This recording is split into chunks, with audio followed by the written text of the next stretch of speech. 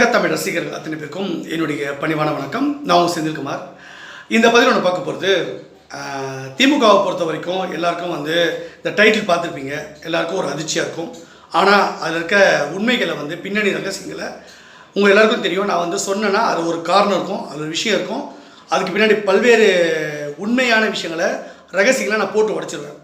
அப்படி தான் பார்த்தீங்கன்னா திமுகவில் இப்போ மிகப்பெரிய அளவில் உதயநிதி அவர்களை முன்னிறுத்தணும், அதாவது மரியாதைக்குரிய கலைஞர் அவர்கள் இருக்கும் பொழுது ஸ்டாலின் அவர்களை முன்னிறுத்ததுக்காக அங்கே பல்வேறு திட்டங்கள் அப்போ வகுக்கப்பட்டது. எனக்கு தெரிஞ்சு திமுக ரொம்ப முக்கியமான ஒரு நபர், ரொம்ப பெரிய பெரிய ஆட்களுடைய நட்பு வட்டாரத்தில் இருந்த ஒரு நபர். அவர் என்னுடைய நண்பருடைய தந்தை. அவர் பேர் சிவன் பெருமாள் அப்படின்ட்டு. அவங்க வீட்டில் தான் என் ஃப்ரெண்ட் இருக்க, அவன் பேர் வேண்டாம், இப்போவும் போரூரில் தான் அவங்க இருக்காங்க. அங்கே நாங்கள் எப்பவுமே கேரம் போர்டு விளையாடுவோம், செஸ் விளையாடுவோம், எல்லாம் பண்ணுவோம். அப்போ அங்கே திமுகவில் அன்னன்னைக்கு என்ன நடக்குது அப்படின்றத பெரிய வட்டாரத்தில் பேசிப்பாங்க. இன்னும் சொல்லப்போனால் ராமச்சந்திர ஹாஸ்பிட்டல் இருக்குல்ல, அந்த ராமச்சந்திர ஹாஸ்பிட்டல் உடையாரோடதும் எல்லாருக்கும் தெரியும்ல. உடையார் அவர்களுக்கும் அதே மாதிரி என்னுடைய நண்பன் சொன்னேன் இல்லையா, அவருடைய தந்தையார் சிவன் பெருமாள், இவங்க எல்லாரும் ரொம்பவே கலைஞருக்கு க்ளோஸ் ஆனவங்க. ஆனால் உடையார் அவர்களுக்கு என்ன மரியாதையை கலைஞர் அவர்கள் சந்திக்கும் போது கொடுப்பாரோ அந்த அளவு, அதை விட மிகப்பெரிய மரியாதையை என்னுடைய நண்பருடைய தந்தையாருக்கு கலைஞர் அவருக்கு கொடுப்பார் அப்படின்னு சொல்லுவாங்க. காரணம் என்னென்னா, உடையார் அவர்கள் வணிக ரீதியாக பிஸ்னஸ்க்காக ஆதாயத்துக்காக கலைஞரை சந்திப்பார், பதவியெல்லாம் கேட்பார், பல்வேறு டிமாண்ட்ஸ் வைப்பார். ஆனால் சிவன் பெருமாள் அப்படின்னு சொல்லி என்னுடைய நண்பருடைய தந்தை இருக்கார்ல, அவர் எந்த டிமாண்டும் பெருசாக வைக்க மாட்டாங்க. அவங்களுக்கு ஒரு நட்பு ரீதியாக போவாங்க, பேசுவாங்க, வந்துடுவாங்க. அதனால் இவரு கூட வெயிட் பண்ண, உடையார் அவர்களை கூட வெயிட் பண்ண வைப்பார் கலைஞர். ஆனால் இவர்கிட்ட மரியாதை கொடுத்து உட்கார வச்சு பேசுவார் அப்படின்னு அவங்களுடைய நட்பு வட்டாரத்தில் பேசுவாங்க. என் முன்னாடியே நிறைய விஷயங்களை அவரே ஷேர் பண்ணது உண்டு. இப்போ அவர் காலமாயிட்டார். ஆனால் இதுக்கு முன்னாடி நிறைய விஷயங்கள் சொல்லுவார். எப்பவுமே அவங்க வீட்டில் தான் நாங்கள் கேரம் போர்டு, செஸ்ஸு, அப்புறம் இந்த கார்ட்ஸ் விளையாடும்போது கூட இந்த ஆஸ்ன்னு ஒரு விளையாட்டு இருக்கும், காமெடியாக இருக்கும் அந்த விளையாட்டு. அப்புறம் ப்ளஃப் அப்படின்னு ஜாலியாக விளையாடுவோம். இப்படி விளையாட்டுக்கும் போது அவர் வருவார், அன்னைக்கு அப்டேட் கொடுப்பார். அப்படி தான் ஒரு நாள் வரும்பொழுது கலைஞர் அவர்கள் மரியாதைக்குரிய அழகிரி அண்ணன் ரொம்ப அழுத்தம் கொடுத்தாராம், அடுத்த தலைவராக அவர் வர்றதுக்காக. அவருக்கு நெருக்கடி வந்துடுச்சு கலைஞருக்கு. இந்த பக்கம் ஸ்டாலின் அண்ணன் கேட்குறாரு தலைவர் பதவி, இந்த பக்கம் அழகிரி அண்ணன் கேட்குறாரு.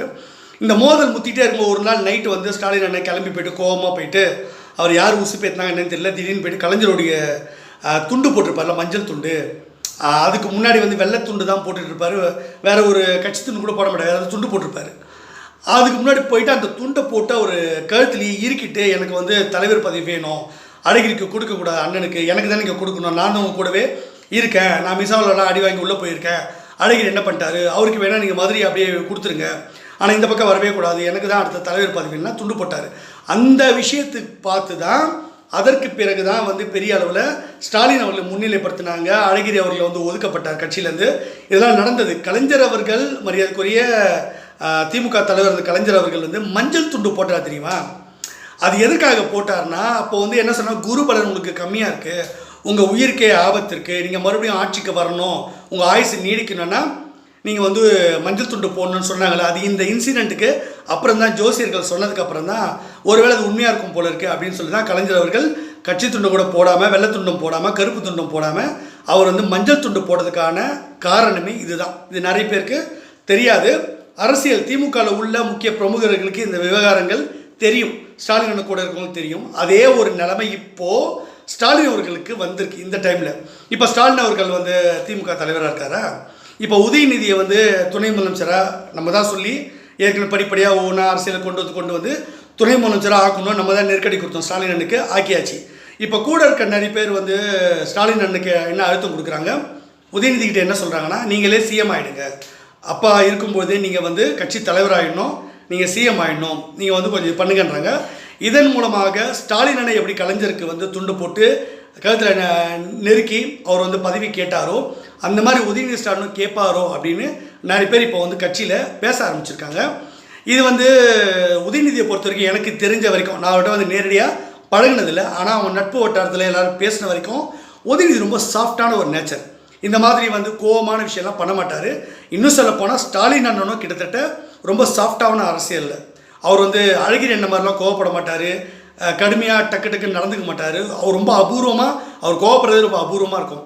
அந்த மாதிரி தான் உதயநிதியும். ஆனால் ஸ்டாலின் அண்ணனே சாஃப்டான இருந்த அவரே வந்து திடீர்னு ஒரு நாள் கோவப்பட்டு கலைஞர் கருத்தை துண்டு போடும்போது உதயநிதியை ஒரு வேளை யாராச்சும் கரைப்பார் கரைத்தால் கல்லும் கரையும் இல்லை தூண்டி விடுவாங்க இல்லையா, அந்த மாதிரி பண்ணி அவரும் பண்ணுறதுக்கு வாய்ப்பு இருக்குமோ அப்படின்னு தெரியாது. ஆனால் விரைவில் வந்து உதயநிதியை தலைவராக்கிறதுக்கும் சிஎம் ஆக்கிறதுக்கும் நிறைய பேர் ட்ரை பண்ணுறாங்க. இது எங்கே போய் முடியும்னு தெரியல. திமுகவை வந்து வெளியே இருந்து யாரும் அழிக்க வேணாம், உள்ளே இருக்கவங்களே அழிச்சுப்பாங்கன்றது அவங்க ஏற்கனவே கலைஞர் இருக்கும் போது கொஞ்சம் அட்ஜஸ்ட் பண்ணிட்டாரு, ஏதோ இதுவாகிடுச்சு. இப்போ ஸ்டாலின் அவர்கள் சரியாக ஹேண்டில் பண்ணுவாரா, என்ன நடக்க போகுதுன்னு பொறுத்திருந்து பார்ப்போம். இந்த பதிவு உங்களுக்கு பிடிச்சிருந்தா சேனல் லைக் பண்ணுங்கள், ஷேர் பண்ணுங்கள், சப்ஸ்கிரைப் பண்ணுங்கள். Thank you and Jai Hind.